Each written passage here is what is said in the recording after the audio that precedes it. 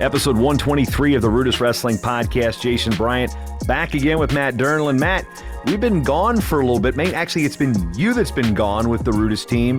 Talk a little bit about why fans didn't hear us for the last week and a half. I've been on a little walkabout. So, no, seriously, what I would have been doing the last couple weeks, pretty much the past 10 days, is going around getting connected with our athletes, building out some Olympic trials footage, some different things to showcase our different athletes' preparation, their mentality, everything building up, to the Olympic trials. So we're just been out to the Springs, been out to Iowa, been out to Champaign, Illinois, getting ready to go to State College in Iowa City. So, yeah, just trying to build out all that stuff. So it's kind of fun connecting with our athletes, seeing where they are, in the state of their preparations. Some of them are variable. Some guys are good to go for the trials. Other people still need to qualify for their weights. But for the most part, everybody's business is normal, just focused on getting ready for April. So it was kind of exciting although we're connected with the athletes frequently,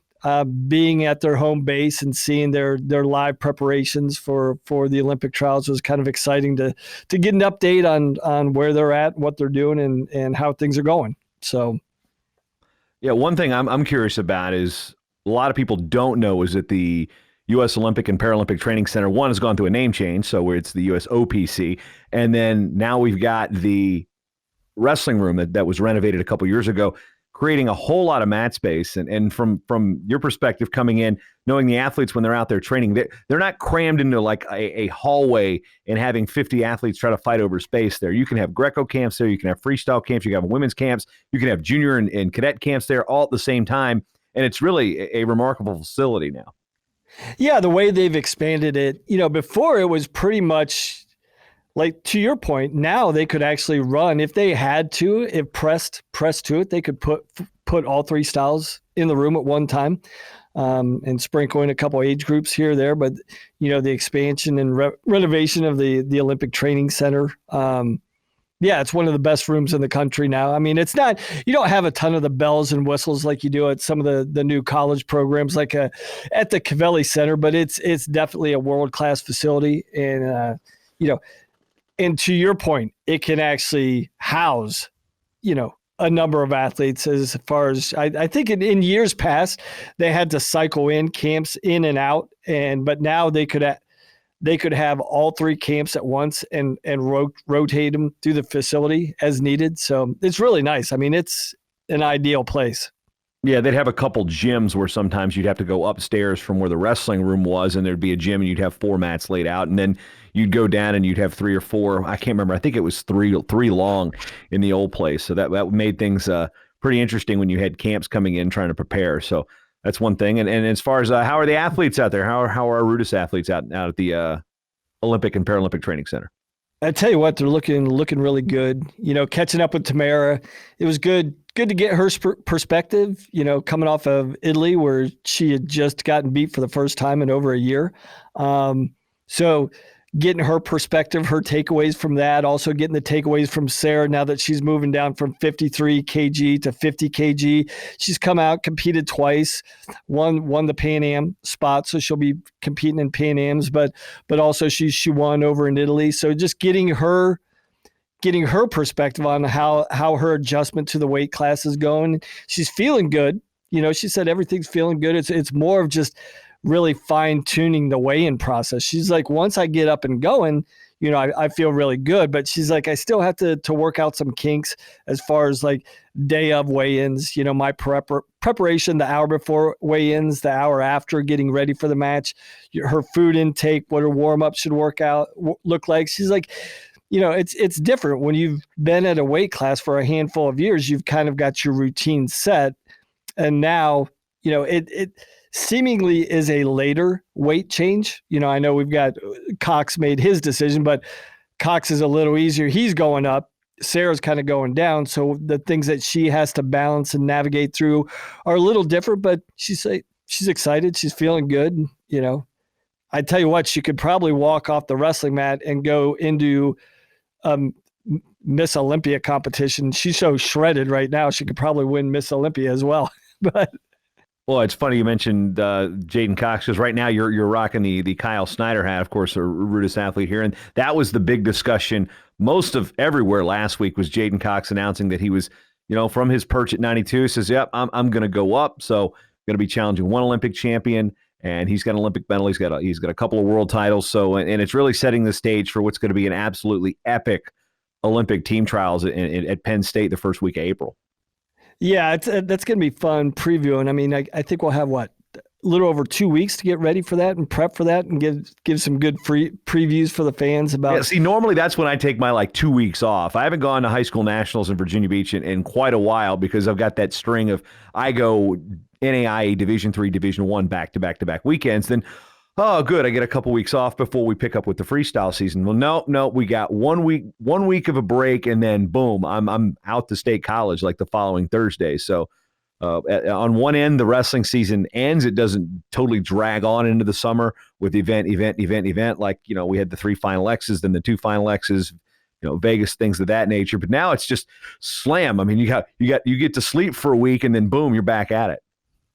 Yeah, I mean, there's so many premier events in such a concentrated window of time. Like I know for the first time, a lot of my friends they've had to make that choice. Where do they go? Do they go NCAAs or do they go to the Olympic trials?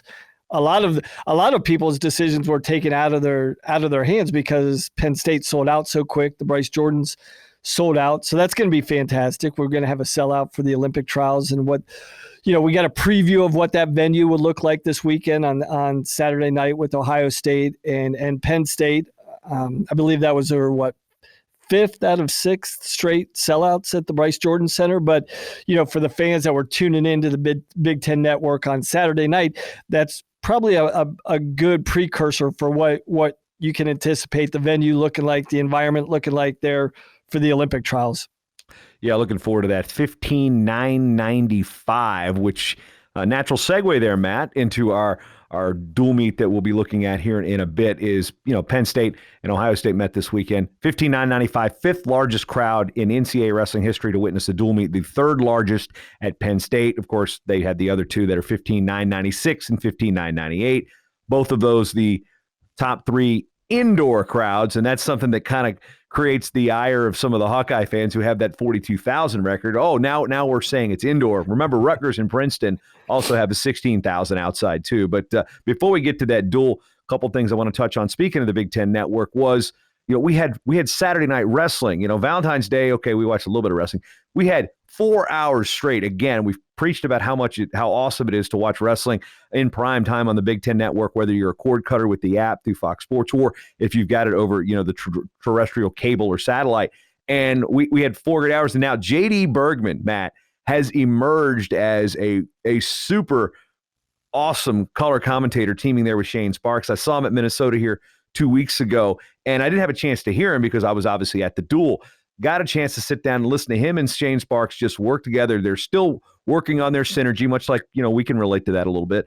And it's just one of those things that this is a team that's really going to be fun to listen to. The energy that Shane has, everybody knows that his IV is full of Mountain Dew and caffeine, and JD just has a personality. Once he starts getting more comfortable with Shane, I expect to hear some of those voices and some of those knowledgeable, goofy things that JD can do to really incorporate in the broadcast. And it was really enjoyable to listen to. And then boom, you follow that up with Jim Gibbons and Tim Johnson.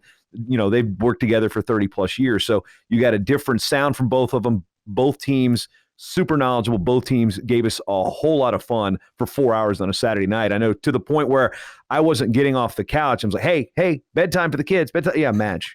Yeah, that was that's actually bad for some marriages is right. The amount of wrestling that's on TV, especially on a Saturday night.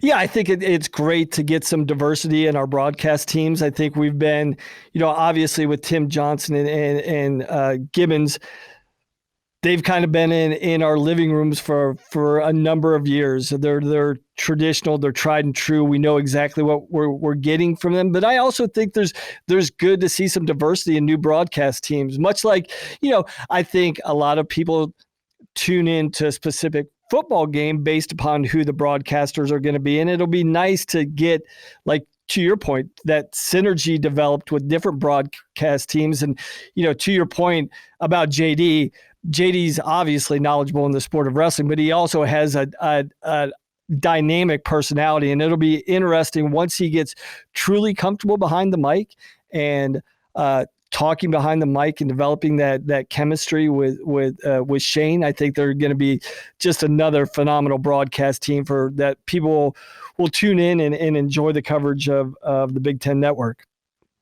Matches we've got coming up. We've got 8 ranked duels as we close up, Matt, the last week of the regular season in Division I, Division II, Division III, the NAIA. The women have already finished part of their tournament season. They've got events coming up. But basically, the last bit of the regular season is this week for Division I wrestling.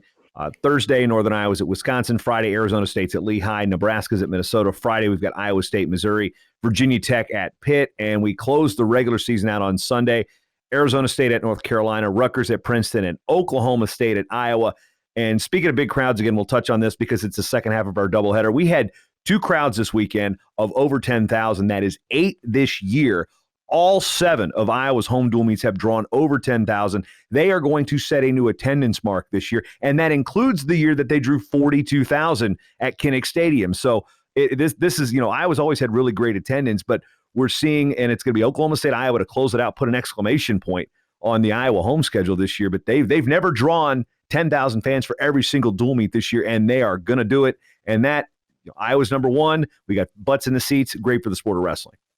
That's phenomenal. And just overall, and I know we've talked about this in the past, but overall, it'll be interesting to combine all the numbers, get the average attendance size for all the institutions around the country. It's good that we're actually getting viewership numbers, looking at the Big Ten numbers. It'll be interesting to see what the ACC's numbers are looking like in the different conferences that they're doing, but just the momentum that it's creating around the sport, the accessibility to the sport has never been greater. The visibility of the sport has never been greater.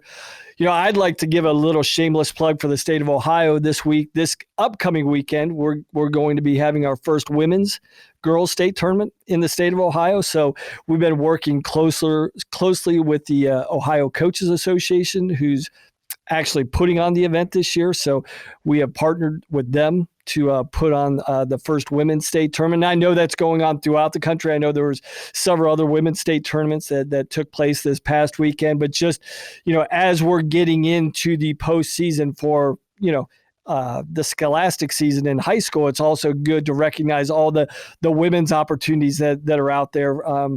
The emerging sports status, the new sanctioned states. And so it's awesome to see all these women winning their first state titles for the first time. Yeah, one thing is as far as the women's tournaments as they get sanctioned at the high school level, and we're talking about that 10-year window that the NCAA has for emerging sports status. Again, the vote for Division I coming up in April. But I've looked at it and go, okay, this is going to be, it's the second generation of high school kids coming through at these states. So right now, I think we're at 20 states that have said yes. That number is growing every day. So by the time you listen to this, it may be 1 or 2 more. It's just great that we see that growth. But it's okay. We're going to see a group of kids come through, the Trailblazers at their respective high schools and states. Okay, 4 years. Then 4 years after that is where we're really going to see that the development of these levels. We're going to see Fargo numbers continue to increase. Women's levels there at the cadet and junior age group are growing every year. They're resetting the record every year when they go into the Fargo Dome. So it's those college teams that are starting up. And right now there are some skeleton rosters. There may be 8 to 10 wrestlers on these rosters, but they're looking at recruiting these programs when they had 1 or 2 states with wrestling, then 7 or 8. Now we're going to have 20. Imagine how many more wrestlers are going to have that opportunity. So these rosters right now may not be filled with bodies ready to go, but in 8 years, when all the second generation of these athletes are coming through, and then it gets better exponentially. We've seen it with how women's freestyle in 1987. It was pretty slim pickings. Now the competition level and the technique level is outstanding. So that's when I think the women's college, I guess, boom is really going to happen. We're several years away from really seeing it. There's peaks and valleys. Well, there's not a whole lot of valleys going on right now. It's just peaking. And then that hockey stick is going to happen. I see about 7 to 8 years from now is when we're going to see the benefits of all these 20 states now with girls wrestling going into college. And that's one of the conversation pieces that I was talking to Sarah about when we were out in the Springs was how perspectives are changing. When Sarah was starting her participation in the sport, it's almost like she had to ask permission. And I'm like, isn't that funny how things have changed?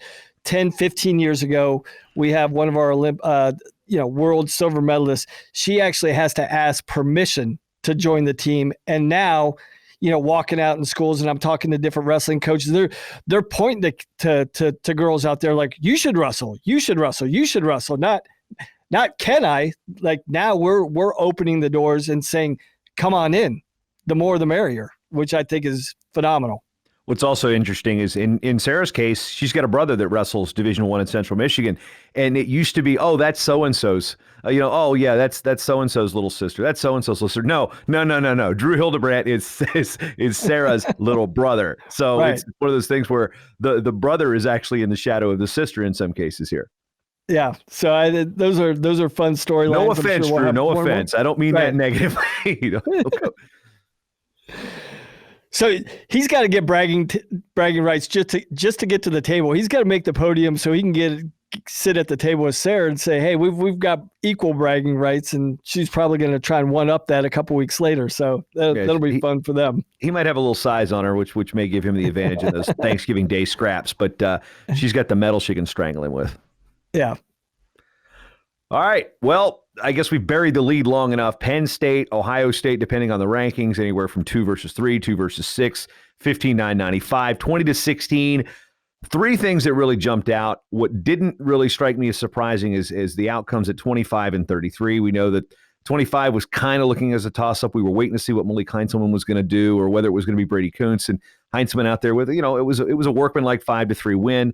Bravo Young just kind of controlled Jordan Decatur most of the case. And then the third bout of the duel, which was the main event, Lee and Pletcher, it was almost like a tale of two different matches within the match. Yeah, I mean, this was the match that everybody wanted to see. The match everybody's been looking to, the hype, the build-up. It was good to see, it on display. And to your point, it was the case of two different matches. I would think, the first period, and maybe I would think the first 2 minutes primarily was Pletcher taking the fight to Lee. Pletcher was all over him, scored a couple takedowns. Interesting. And then after those first two takedowns, the first takedown, because then Lee defended the second one, which was very close. Yeah, he had that nice knee pull that it was right at, right there, so close to it. And then JD even pointed out, it was like, wow, great defense. He said he didn't score, but he said he loved how much that Pletcher was so close in pulling up that single leg. And that was just a great flurry of no scoring, I thought. It was just a quick boom. I mean, it was great tactical offense and defense at the same time. And it seemed like in that little sequence there, something clicked for Lee. Like it definitely felt, you could tell the guys had scouted each other. They knew what they were looking for, but watching on tape is much different than feeling the guy in person. And so you could see that, Lee was trying to figure out Pletcher. That first takedown was beautiful by Pletcher. He gets in on a knee pull, almost scores on the second. And it seemed like on that second shot attempt by Pletcher is where Lee it looked like he figured something out on how to defend or how to transition into a scramble on Pletcher. And from that point forward, then the tide kind of shifted and it was, advantage Lee for the last 4 to 5 minutes of the match. And, we saw superior defense. We saw superior reattacks. We saw some great riding. And I know that we'll get into the riding aspect of the game because I know there was a lot of discussion post-match about the stalling calls on Pletcher. Were they rightfully awarded called against Pletcher? Should they, in fact, have gone against Lee? I know that was kind of the conversation coming out of the match. But, really, overall, a pretty dominant performance by Lee after the first 2 minutes. And what leads to the next discussion, like what are the adjustments moving forward from this point? And that's going to be the series of adjustments they make from now until potentially the NCAA finals. My question is the environment here. Two things that jumped out at me. One, the fact the match wasn't last.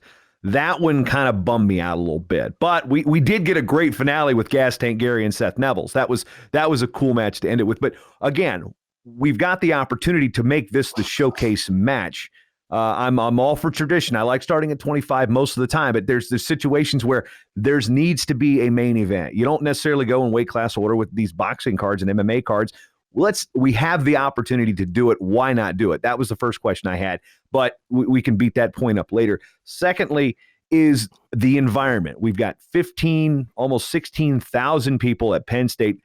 What's Pletcher going through? What's the mindset here? How much does this type of matchup change when it's in an environment like this, which very few wrestlers get to participate in? So there's a very hard situation to try to even replicate this. Putting 5,000 in the Covelli Center is great. It's not 15,000 at Bryce Jordan against one of the most storied programs in recent memory. Does Pletcher it's his home state too? Is that another psychological thing that impacted the mental wind, if that's a term, and changing how your body reacts? Okay, I'm going out. I feel good. All of a sudden, you can't move. I mean, is it something that this matchup is going to be different at the Big Tens at Rutgers versus the NCAAs in Minneapolis? We're going to have 3 different scenarios. We've already had one. If they meet the next 2 times, how different was the environment at State College that played a role into, maybe Lee's momentum and comfort, and Pletcher's maybe, a reluctance to really pull the trigger and really get tired. I mean, he's not a guy that gets tired, but he looked that way. So I'm curious on the, what changes from one match to the next technically, but how much the environment impacts those changes as well. Yeah, I'm sure there's two different perspectives you could take. Number one, you would probably say, well, Pletcher's a senior.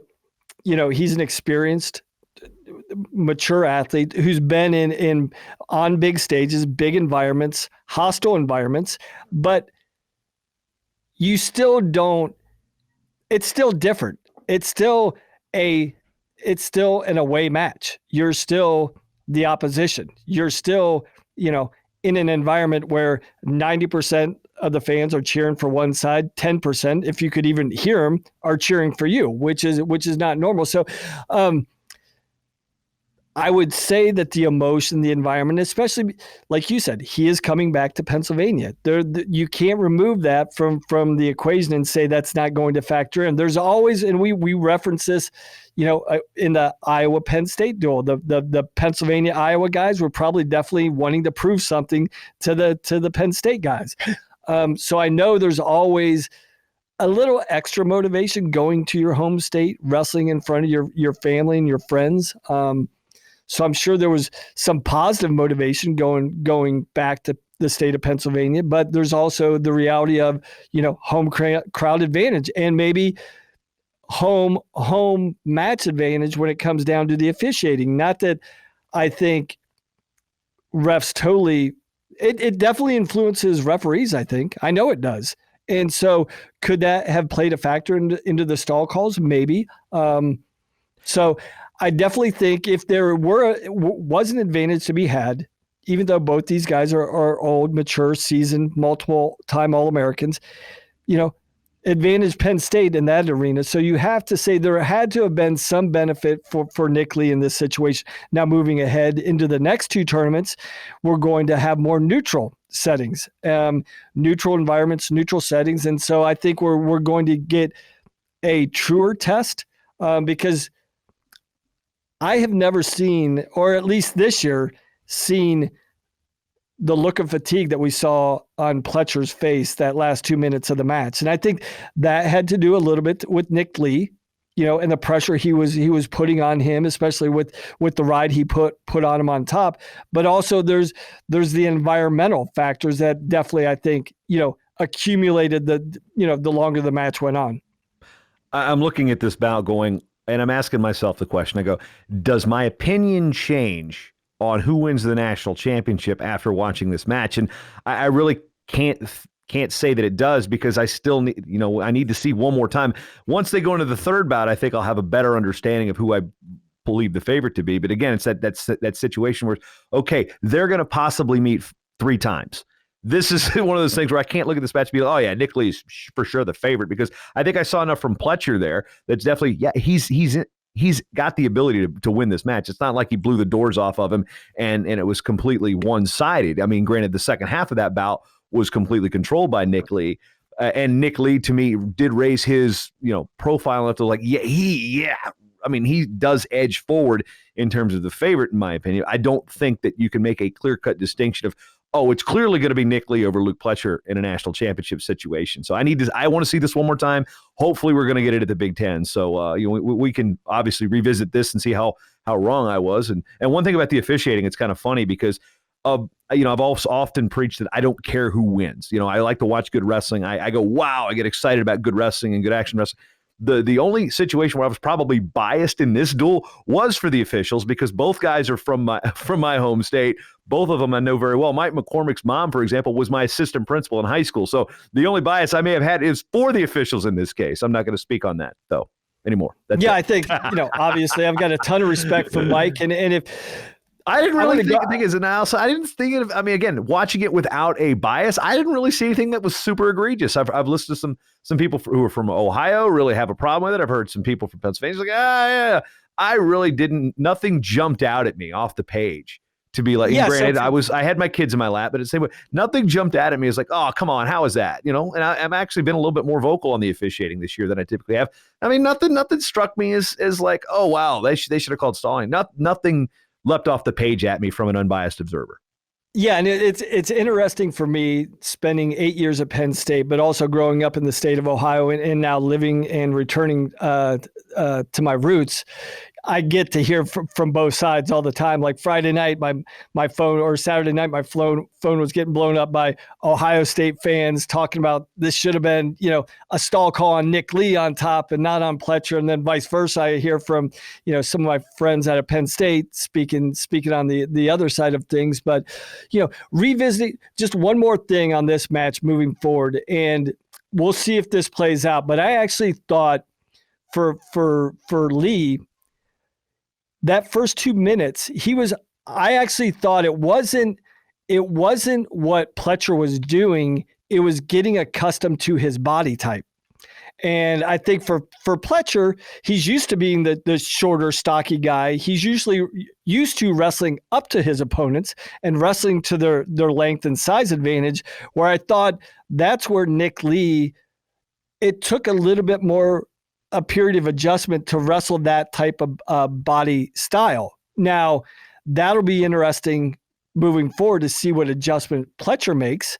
I think one of the things that Pletcher has to do is if he needs to get through, he knows he can get to the leg.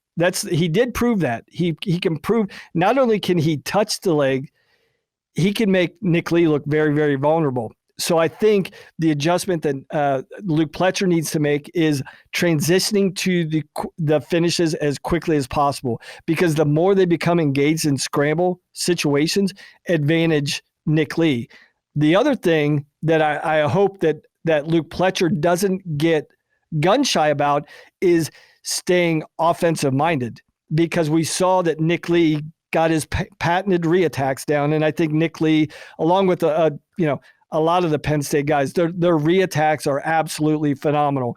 And when he gets those, that can actually put a seed of doubt in your head as far as keeping your foot on the gas offensively. So I think, if Pletcher can stay offensive minded, make some adjustments on the finishes, I think this can be a completely different match moving forward. Now, as far as the stall call, because I think we need to talk to, because enough people have addressed this. What were your thoughts? So basically, we talk about this scenario. Nick Lee was basically riding an arm bar or putting a back hook on Luke Pletcher's back and riding the arm flat across his back. And in that situation, what's your interpretation? What was your impression watching the match? How would you have called it? All right, now I have to walk back my statement just for a second where I said I didn't see anything that jumped out at me. Yeah, that was one that I did be like, okay, what's he supposed to do?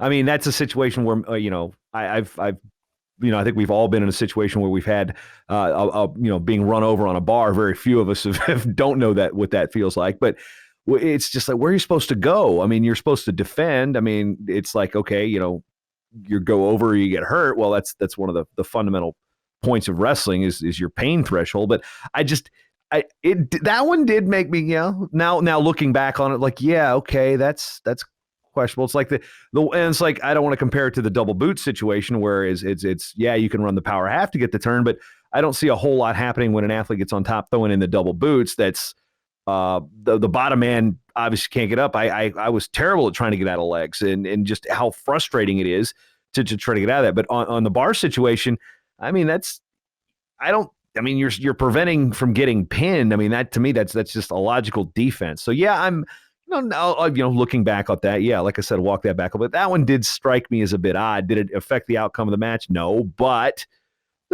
yeah, might have to give Mike a text on that one.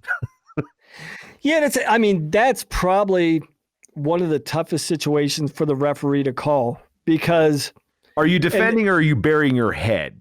Like, right. I mean, I think there's a difference in perspective. And again, the official does have the best view of the 16,000 plus the 100,000+ that are watching on TV. He's 2 inches from the action. He's got a better view than you do. He's got a better view than the camera angles do. So all that being considered, yeah. Go ahead, Matt. And then it gets down to the responsibility of each wrestler in the position they're in, and that kind of falls on the referee to define what he believes the responsibility is from both opponents in these positions. The bottom man's on bottom. His head's supposed to be off the mat. He's supposed to be working for an escape. But on the flip side, people would say, you can't just ride just to ride.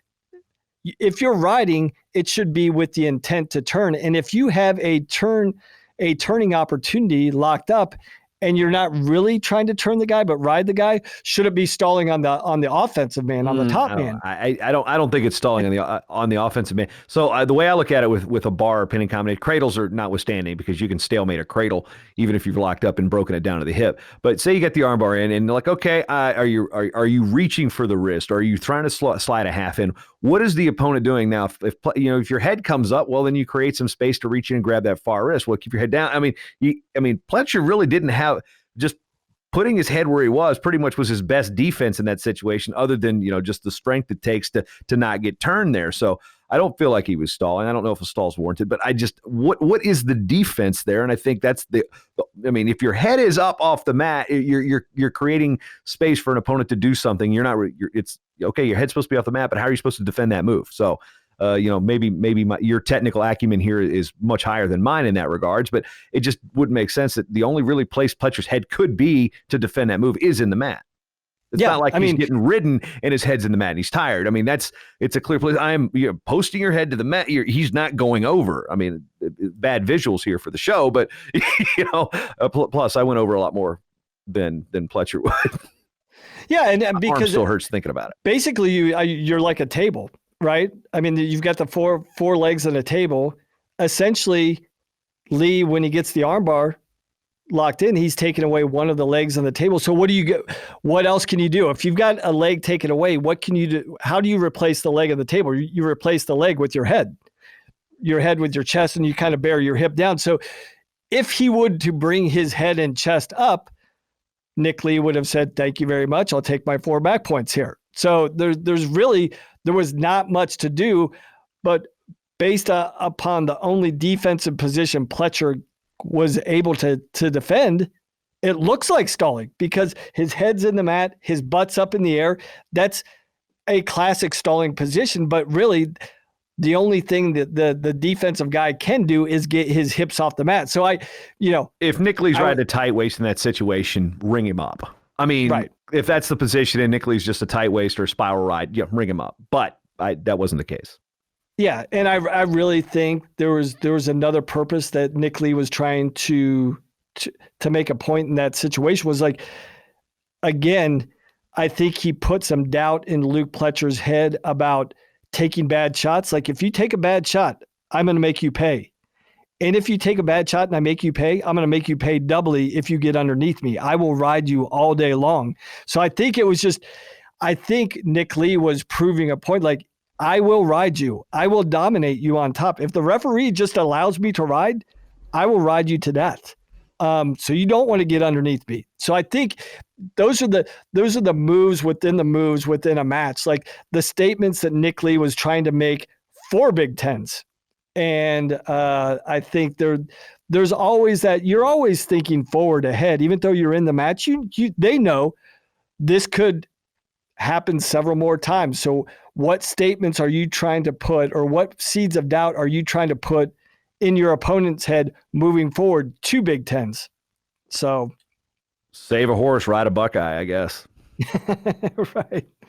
So moving to 149, Sammy Sasso over Verkleeren in sudden victory. This is kind of as ho-hum as a 3-1 as you get. There were a couple situations, but I really, watching this, never felt Sasso was pressured or was going to lose this match at all. So, again, one of those, it's nothing really, is it, oh yeah, Verkleeren kept it close. Well, didn't get his hand raised, so I don't know how much we can get out of this. Yeah, at this point with Verkleeren, we know he can wrestle anybody to a 2-point match. We just haven't seen him win many 1 or 2-point matches against top-ranked guys like Sasso. We've seen it, and I think that's probably the question, not only in the Penn State's fans' minds, but in the coaches' minds. Like, how do we switch this 1 or 2 points? Like, we're always on the back end. We're always on the other side of it. How do we find some of those situations to be that guy that gets the takedown when it matters? But he's never quite shown that propensity to be able to do that. He's going to be in the mix, and I think if Penn State's going to have a chance in the team race, they got to figure out a way. I think 49 is a weight where they have to win at least 2 matches at the NCAA tournament. If they get nothing there, I think their chances are going to be really, really fundamentally altered. But I do think that they could get at least 2 wins from Verkleeren, and I don't think it's out of the realm of possibility that he sneaks in for a low place as well. Yeah, I remember Kevin Beasley at Old Dominion when he was placing his junior year. His sophomore year, I think he lost 9 or 10 bouts by 1 or 2 points. Junior year finally put it together, and he was in a situation against Aaron Studebaker and was down, then got the cradle, got the fall, and then he broke through. It just takes one. He broke through, then had a great season next year as his grad year at Michigan before getting hurt at the Big Ten tournament. So it's one of those things. It's like, where's that switch? The switch is going to flip somewhere. Penn State needs it to flip before the third weekend in March. Right. Now, right. Speaking about points and national points, okay, Berge was back on the mat. Brady Berge's back, his second duel of the year, and got beat by a guy who started the year wrestling at 133 pounds. So is it mat rust? Is it hesitation? We were discussing last time we were on the show about Ohio State. Was this a desperation move, putting Quinn Kinner at 157 when they were not pleased with Elijah Cleary's performance? Well, one, I think Kinner's kind of earning the spot with this victory, and two, where's this put Berge? He's going to be struggling at this point in the year if he's going to stay in the lineup to qualify the spot in that terms. And coming through the Big Ten, you don't know what's going to happen when you're coming in with a low seed or no seed at all. This is one where if you're Penn State, you got to question how many points you're going to get, even if Berge is, 65, 70% getting healthier. It's just, I did not expect him to lose to Quinn Kinner. No. And, there's obviously mat rust is a reality. Making weight, competing for the first time since October? Yeah, it was the Lehigh duel, and he competed one dual meet against Lehigh in November. Yes, yes, and that was it. He got hurt at U23s, correct? That was when he got his head trauma. Wrestled against Lehigh, but he's been out. So I didn't expect to see a real clean version of Berge. I didn't expect to see the struggles that he had against a guy that did wrestle 133 earlier in the year. You would think that there would be an advantage there, no matter what the ring rust, mat rust you may have, making weight, a number of times. He hasn't had the luxury of doing that. So was I surprised? Yes. I just thought on principle, Berge would find a way. I never, once we knew Berge was going to wrestle, I didn't think we were going to see an amazing version of Brady Berge, but I didn't think we were going to see him lose against Kinner either. So I think probably looking at the Penn State side of things, I think the coaching staff looking to this week, and I don't think the ranking or Ohio State factored into the decision if Berge wrestled. I think they've shown a history of they're going to do what's best for their team. They're willing to sacrifice a duel, to make sure they protect their individual. So I don't think they threw Berge out there thinking that they needed to win this dual meet, so they need to put him out. But I think it was the decision, like, if Berge is going to be the guy for us, either he goes this weekend and we get him pretty much the month of February and Big Tens to get ready for the end of the year, or they just shelf him for the entire year and look for a medical red shirt. And obviously they felt like he was ready to go. From what I know about Penn State, they'll never put a guy out there. They always exercise caution. So they must have felt relatively confident that they could put this guy out there and he was ready to go. Now, where he goes from here, I don't know, JB. I mean, what's your takeaway from that? I mean, they've got American left on the schedule, so I'm not sure we'll be able to draw much from what Berge's going to do at home against a wrestler who's, not ranked in the top whatever, depending on looking at the WrestleStat rankings. So, maybe that is something that maybe that's the match that he gets a little bit of confidence and he'll get a win and see, okay, where's he at going into, the Big Tens in 2 weeks. So, or 3 weeks, whatever it is in terms of the schedule, first weekend in March. So, I mean, it's definitely a guy you need to have to score. I don't feel like Penn State's checking out. I was like, I still think they've got enough horses in the stable to cliche warning, to pull out a championship here. Granted, they're going to need help from the field to knock Iowa off the perch, but it's just, I'm still waiting to see. I don't know. I really don't have an answer for that. I think what all the Penn State fans are looking at right now, there's no margin of error.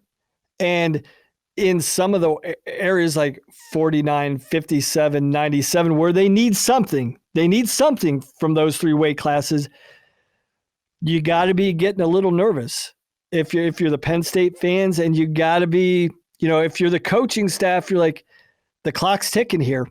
There's not that much time. There's still time to move and make adjustments, but there's got to be a big progression, you would hope, from 157.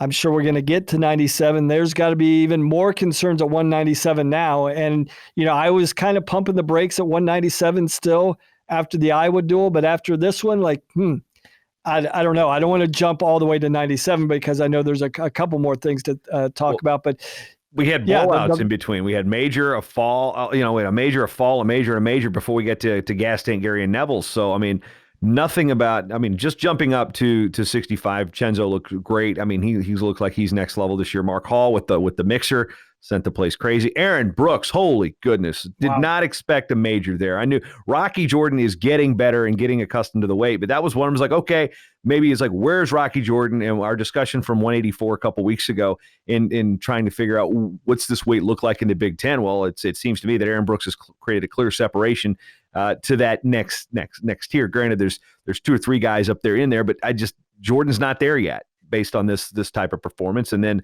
now to jump to 97, Colin Moore just never in trouble against Shakur Rashid. And it's, back in the day, you'd have situations where people will enter the Big Ten tournament without wrestling matches, in the lineup or in a year. I don't know. Are we to that again? I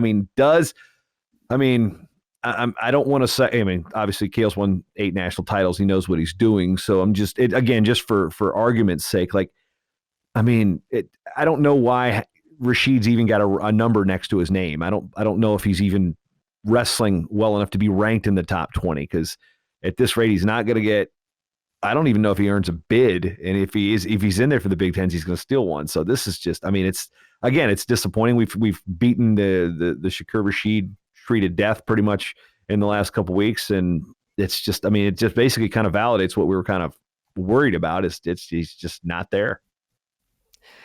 Yeah, at this point, I think he's 4-4. And again, it's heartbreaking too, because he's one of the most likable wrestlers in college because of his, again, I'm going to go pin you style, and we don't have that. I'm going to go pin you right now. And again, it's disheartening from the Penn State faithful. It's also just like, as a general wrestling fan, you want to see a guy like that in the field at his best. Yeah, because the thing is, we've seen him at his best, and we've seen how dynamic and how exciting he is. And that's fun for any wrestling fan. I don't care what your rooting interests are. When you have a guy that's going out there committed to terminate the match, like, early on in his career, there was only one thing on Rashid's mind. He went out there to pack you, to put you under.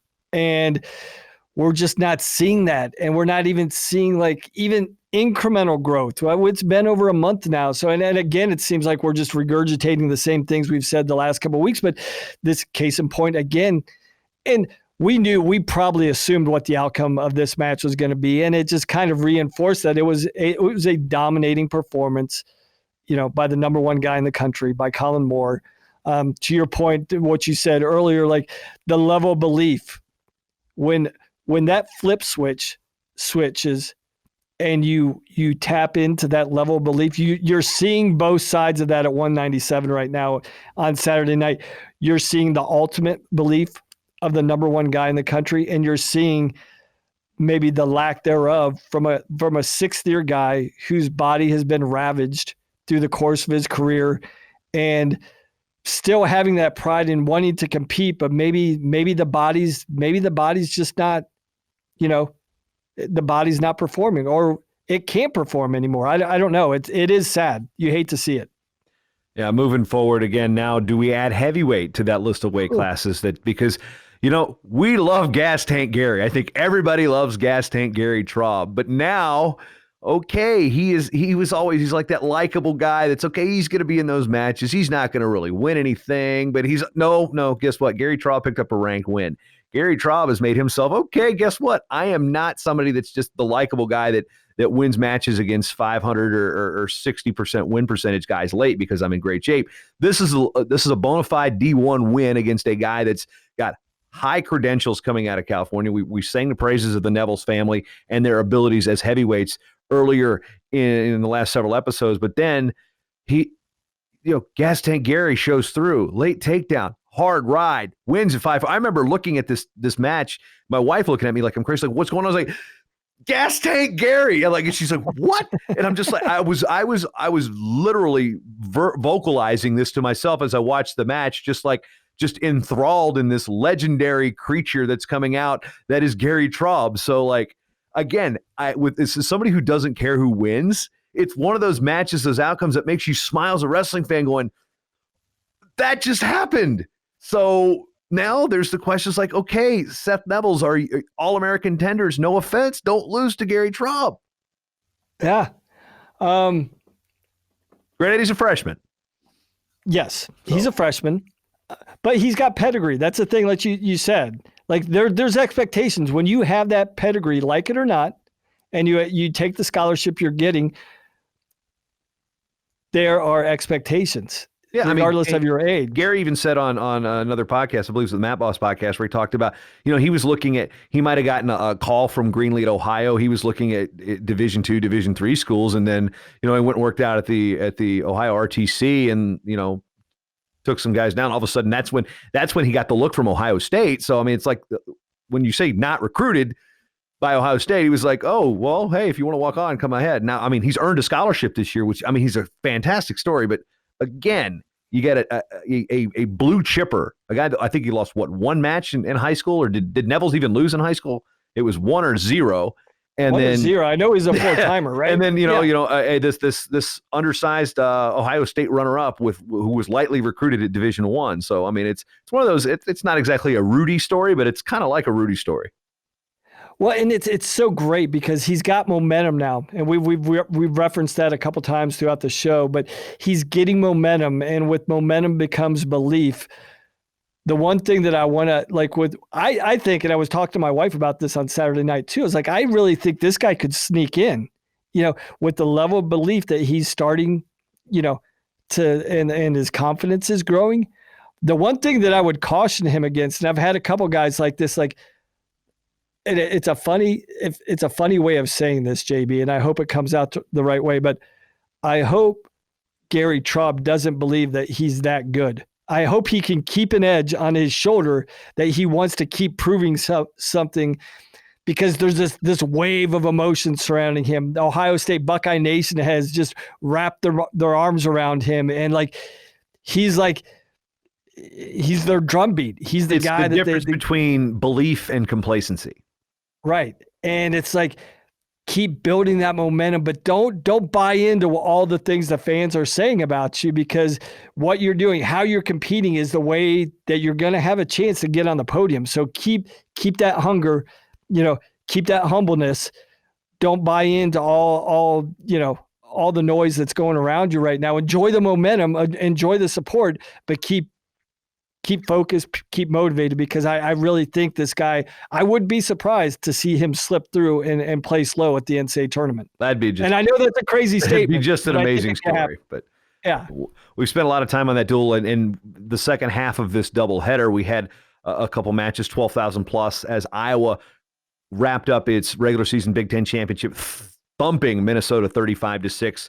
We outlined a couple matches here. Obviously, the big one was, weirdly enough, the third match of the duel, but it wasn't 141. It was heavyweight Gable Steveson, 7-5 over Tony Cassiope, in a match that was not as close as the score indicated. We got 3 takedowns from Gable. We got 4 escapes and a penalty point for Cassiope. And I want to start out with that penalty point. I went and watched that before we started here, because we had discussed the headbutt from Purdue a couple weeks ago. And then I looked at it, I was like, okay, let's look at these penalty points. Honestly, that was one of the weakest heads. I mean, open hand, little club to the head. It was, when you're talking about hand fight in Carver Hawkeye, I've seen much, much worse hand fighting from the black and gold in their history that would even, I'd even be like, oh, that doesn't even deserve a point. That to me was one of the weakest penalty points I've ever seen. Granted, maybe it was simply to set the stone. It was like, no, you're not going to do this. So I can see that being a justification. But as far as the physical nature and the look of the optics of the club, wasn't a club. It was a pop. I mean, and to me, it looked like he may have been responding to perhaps a headgear pull or a hair pull or something. I thought it was reactionary. I didn't think it was. I mean, it was uncalled for, just like the headbutts from Cassiope at the end of the duel meet, or at the end of that match too. So there were both situations where both athletes did things. One got penalized, but I did think the physicalness of the head slap was a little bit weak sauce, and it added to a deceptively not close 7-5 score between these two. Yeah, I mean, if I'm the referee there, these are the number 1 and 3 guys in the country. They've never seen each other. There's implications further down the road, Big Ten NCAAs. You got to let these guys settle it on the mat. Like if you're the referee, I think the thing that you tell yourself, don't let anybody notice me. If I can, let these wrestlers just let these guys solve it themselves. Let them play it out. That is hard at Carver, because every single one of those fans know every single one of those referees. They come prepared. Yeah. And so you have to have a lot of confidence and maturity as a ref to handle that environment. Like, let these guys, it's the old thing, like let them settle it on the mat, and they're 2 big boys. They've got big bear paws, for hands. They're 2 big bodies, Wrestling's a physical sport. Let them be physical. Don't take that aspect. Don't take that element out of the game when it was unnecessary. It would be one thing, JB, if there was emotions, rising up. Maybe it was to prevent that. Maybe it was something where sometimes we hear about matches getting out of control and the referee goes, well, the ref let that match get out of control. Maybe this was, okay, no, this is Iowa, Minnesota. It's going to get chippy because the staffs like to chirp. So maybe this was the one situation like, no, this isn't going to happen, not on my watch. So that's also one justification to it. So like I said, I can't completely blame the call, but I just did think it was, I've seen worse clubs not called. So I guess that's just where I'm coming from. Yeah, and I think we've talked about this in the last couple of weeks. I think this is where, when you're back after weigh-ins, the referee comes back and addresses both teams. He goes through points of emphasis, how he's going to call things, and that's where there's an opportunity for the coaches to talk to the referee and say, okay, how are you going to call this match? Obviously, the styles of both teams. We're both physical teams. Are you going to let us be physical, or are you going to call it a little closer to the vest? And because as long as you know how he's going to call it, then you can't get that upset when you're engaged in competition. So, yeah, I thought it was kind of knee-jerky. I don't think anything before that match, the 2 matches before that, would give the referee pause for concern. Like, it's trending in this direction. They're kind of, the benches are going to be animated. They're that's just how they are. But observing what was going on in the wrestling matches, the first two matches, there was nothing that gave an indication that this match potentially could get out of control. They were going to wrestle really, really hard and really, really physical, but I don't think anything in the first two matches indicated that it was going to step over the line at any point. Now, again, we brought this up during the DeSanto Roman Bravo Young thing, whereas the microphones didn't pick up the loudness of DeSanto screaming the mat. Maybe this is a case, too, where going back and watching it, Monday morning quarterbacking it, or in this case, Tuesday, we don't know how loud the pop was. I mean, the referee was right there. So maybe that's something, whereas, again, we've got five senses, and we didn't get all of it there. And so maybe that's one thing to consider. So, again, I may be over harping on this penalty point a little too much, but given the benefit of the doubt in situations too, and seeing it that there, I'm not closed-minded to think that was it and there was no other alternative there. That match though, there's still a clear gap between the two in terms of, we've seen Mason Parris do Mason Parris things, and now unfortunately we didn't see Stevenson and Parris in the regular season. Hopefully we're going to see it come Rutgers, and that's one that's like, American Gladiators set to happen out there on the floor of the rack at heavyweight. Yeah, it's going to be exciting. I think what Parris, we've talked about the parity at heavyweight, but at this point, I think the parity remains between number 3 and number 12. And I think it looks like we have some separation between number 1 and number 2. It appears to be the case. Now things can change, but that was a dominant performance by Gable Stevenson. Like he How was many people get to Cassioppi's legs that effectively and be able to finish on an opponent that massive? I mean, Cassioppi's a big boy. He moves super well too. So it's not just getting through on a double leg, but being able to power through and finish without, Cassioppi having enough time to square his hips and sprawl.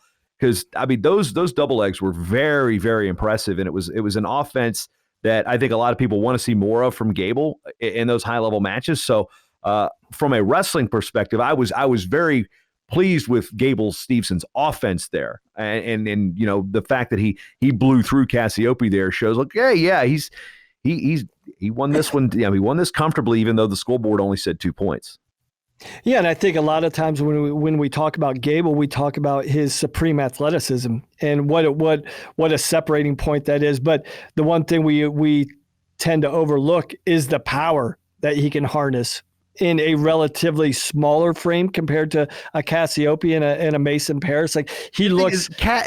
Gable Stevenson is not a small human being. I mean, he is a pretty good sized heavyweight. He just he's a little shorter than the rest of it because we've got some monsters in the weight class. It's again perspective. Gable Stevenson some years would be a big heavyweight. Some years he would be a small, like compared to Dustin Fox, he'd be a small heavyweight.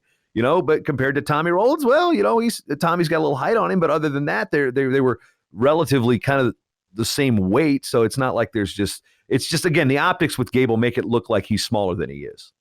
It does. He's a lot more proportional than you think. He's so compact, but he is somewhat proportional. So yeah, I mean, that was the one thing that I was impressed with. Like he matches those guys power for power. And then his advantage is his athleticism. Can't wait for a Big Ten preview on things like this. I mean, that'll be a 5-hour show. Yeah. But yeah, I mean, it'll be interesting to see. I think everybody's waiting to see Parris versus Stevenson at this point. Just kind of like at this point last year, we were prepping for Stevenson Kassar. I think that's kind of like the match everybody's circling at heavyweight that they really want to see and see how that plays out. So that's going to be exciting. We won't see that for another month from now, but hopefully that takes place at Rutgers in some point. Touch on this a little bit. Austin DeSanto was back at a tech fall over Boo Dryden, who has entered the program at University of Minnesota. Was a junior college national champion at Northeastern Oklahoma A&M with Coach Joe Renfrew. They are the Golden Norsemen, in case you're wondering. But right now, getting teched by Mr. DeSanto, don't know if Dryden is actually going to be plugging that hole as effectively as they thought. Now, two things at 41 and 49 as we're getting close to time here. I thought Max Buren comfortably controlled that bout. It was one of those things where, wow, this is an overtime, and it seems like, why is this an overtime? It seems like one was definitely the aggressor and the better of the two for this 7 minutes plus. But it's like, it's one of those things where you see a match going to overtime, and it's like, okay, if McKee would have won that match in sudden victory, it would have been like, really? And it just felt like, how was this a sudden victory match? I just felt Max Murin looked like the better wrestler.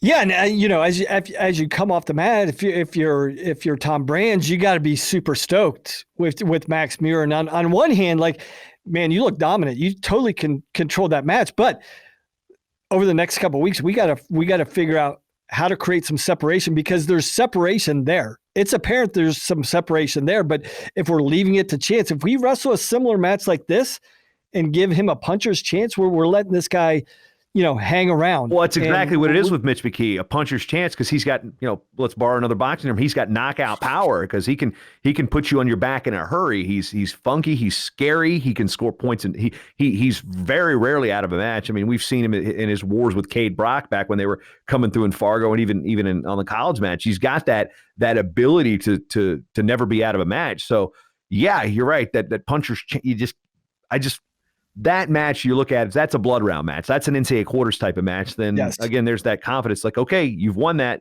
Don't let them back in there. Create that separate. You say there's a gap. Widen that gap, Matt. Widen that gap. Yeah, and that's the biggest thing, going in. I mean, on the flip side, what Tom Brands could say, hey, if we have to win a match like that, we know how to win that match. If we don't have to allow him to be dangerous in any situation, that's fine.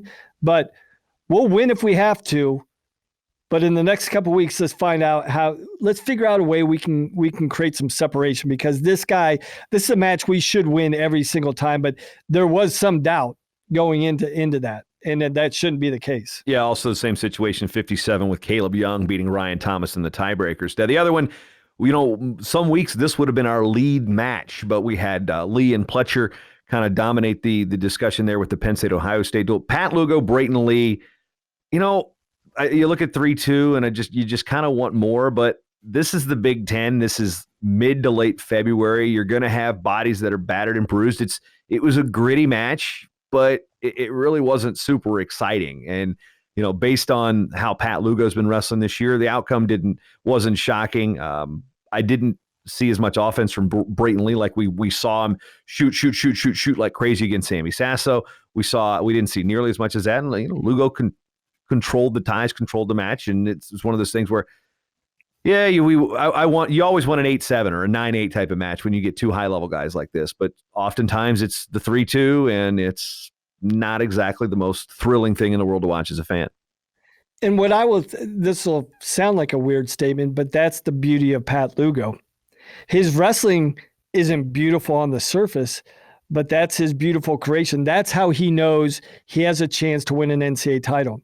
He's going to win an NCAA title winning low-scoring one-point matches. And what he does, because we've seen Lee have high offensive outputs, like we were saying, against Sammy Sasso. So we know what he can do. We know what his motor is. We know what his offense is. But what a guy like Lugo can do, he can he can lull you into a sense of complacency where you all of a sudden you look up and a minute later, like, I've just wasted a minute and I haven't done anything. I've let this guy just put his hands on me, control ties. So that's what the opposing coaches are talking about. You can't wrestle his match. You can't wrestle his match. Like, if anything, create scoring action and give up a point just to make Lugo wrestle. So it's like, if I'm coaching against Lugo, I'm like, how do I force this guy to open up? Because if I know if I wrestle down to his level, wrestle at his pace, advantage Lugo. Like, he's any match 5 points or less, Lugo's got to be like, okay, advantage me. This is where I want to be. I put the pace of this match. I have dictated it. Now it's advantage me, and you've got it. And it's one of those slow things, those slow creeping things in that you can gradually start standing around doing nothing. And at the end of 7 minutes, it's like, oh crap, where'd that match go? I've seen guys get sucked into that all the time. So the adjustment, Lugo, for Lugo, he's like, this is my recipe. I got to stick with these ingredients if I'm going to win a national title. And Brayton Lee's like, I can't get sucked into that game again, or it's advantage Lugo every single time. And talk about Lugo going into Iowa's final home duel against Oklahoma State. It's going to Bula Allen. We've got Spencer Lee, Nick Piccinini coming up. We'll discuss that on the next episode. We also have some things to talk about next episode with North Carolina winning 2 matches on the road, beating Pitt, beating Cornell. Big match there was Brandon Whitman beating Ben Darmstadt. Of course, Iowa State and Northern Iowa had a great match. Virginia Tech and NC State had fireworks. A lot of that we'll touch on tomorrow on the next episode of the RUDIS Wrestling Podcast. And I also want to throw this out there before we go, Matt. YouTube.com/RUDIS Wrestling. The technique that's going up there, the videos that are going on. It's more than just the podcast that we've got with Carrie, you, myself, and Ben. There is some dynamite stuff going on there at the RUDIS Wrestling YouTube channel, youtube.com/RUDIS Wrestling. Matt, just as we close, just tell us a little bit about what goes up there and the mindset that is behind some of these clips. Well, we're trying, number one, we've been trying to get the women out there. We put some technique together because I don't think we've seen a lot of technique clips from women. So we're trying to get, I want women wrestlers being inspired by other women's wrestlers. So we can do that by providing women's wrestling technique and girls wrestling technique for girls as well. So we want to do that. So that's exciting. And then, all of our athletes that we have about 10 sponsored athletes at this point. And when we get in front of them, we just like, hey, show us your best stuff. Like, that's what people want to see. Show us your best stuff. So we try and, provide the best wrestling technique out there, but we also try and provide a diversity in our media content about what we're trying to talk about is going to be a little different than what Ben's interviews are doing or what Carrie and I's coach. It was basically like a coach's corner. So we're trying to provide a diversity of wrestling content that will try and tap into all the wrestling needs that people have out there. Again, youtube.com/RUDIS Wrestling. I've been looking through it and I'm like, wow, there's some good stuff here. And I'm well beyond my technique here. So it's pretty engaging and enjoyable. So for Matt Dernlan, this is Jason Bryant. You've been listening and watching episode 123 of the RUDIS Wrestling Podcast.